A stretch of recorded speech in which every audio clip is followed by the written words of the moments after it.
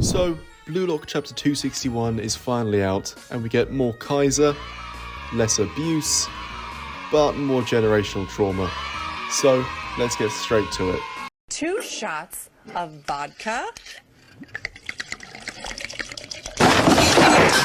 We start the chapter off with a minor time skip from the prior. Kaiser is getting his rose tattoo, which now holds even more weight. Bro's wearing the one thing his mother left, other than a drunk abusive father, but that wouldn't look too good as a tattoo. Either way, he's now wearing a part of what his mother gave him constantly, and a piece of his father which we see later on in the chapter.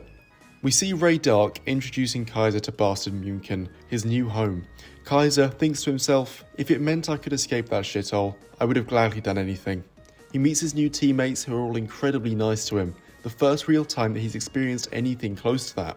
His first thought being, these guys are human, showing just how dissociated he actually is.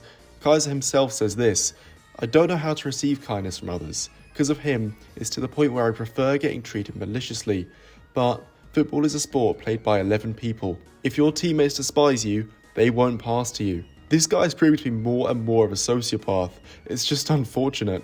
I don't even feel like I can make fun of it really, as we've seen the reason as to why he is this way, and it's not pretty. As we see him working hard, the only thing on his mind is the need to be acknowledged, his need for something that shows his existence. This is the origin of the Kaiser Impact. We then see Kaiser researching psychology and the mind, thinking how he now needs a lackey. Listen.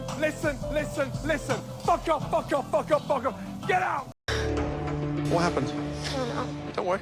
Look, I'm here to help you. Please don't get upset. Hey, don't worry. It's now that I realise this guy is the villain. Bro is a literal sociopath. He engineered his relationship with Ness entirely. Bro's thinking about this as if he's a fucking predator. We then see the narrator tell us, slowly but surely, Michael began to understand his true personality. This is so much fun.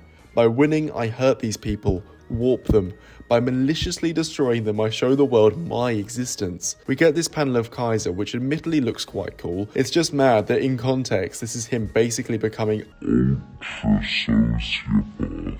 The next monologue is straight villainous. The pleasure in knowing that those people will forever have a scar reminding them of how Michael Kaiser ruined their life, knowing he had crushed someone's dreams. The moment he saw the desperation on their faces as they witnessed him achieve the impossible, that was the identity that woke inside him that day, his sense of purpose. Every time he drove someone to despair, he felt like he was slowly becoming a normal human being. Kaiser mental illness reveal, everybody. It's crazy because I don't know whether to feel bad for him or genuinely deem him as a full-on villain, because this is what it felt like, a villain origin story. Paired with this type of artwork, we really see how dark of a character Kaiser is. The narrator further says, but at the same time, the father's face will flash across his mind. Now get ready for this is the kicker. I see now, by beating the shit out of me every day, he could reaffirm the fact that he existed. That's why, instead of saying thank you, he abused me.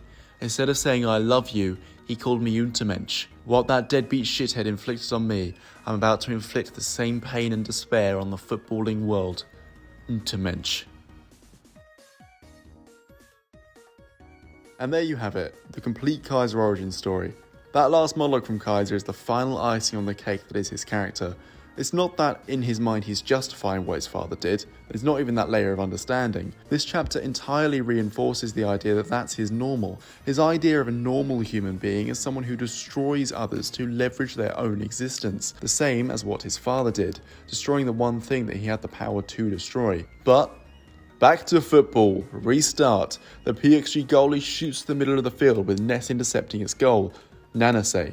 He redirects it and it lands straight at Michael's feet. Go Kaiser, this time for sure. It's just sad at this point though. He's getting closer and closer to the goal, almost there when Rin and Isagi catch up to him. Too lukewarm. Don't stop, you fucking idiot. Rin already caught up. Both get a touch on the ball, sending it flying. He falls to the floor as Nanase and Raichi call to their teammates. We then see this double spread of Isagi, taking up more page than Kaiser, just as he's now taken up more of Bastard München. Oi, Kaiser, you understand right? This team no longer belongs to you. Prostrate before me, you shitty clown. We then see Noah. That's it, Kaiser. Compete against that ego. You won't find the evolution you seek unless you hit rock bottom. With that, Kaiser Lock is over, and wow, what a backstory. What a way to be flung back in, and what a chapter. The phrasing in some of these panels is spot on. I think that Kaiser's backstory is personally my favourite in the whole series, not because it was fun to read or anything, but because it did such a good job at establishing Kaiser's character and why he is the way he is. I also cannot help but feel bad for Ness because he pulled a straight up Heisenberg Jesse situation there. But, as always, I'll see you all back here next week for chapter 262-0. I'll see you there.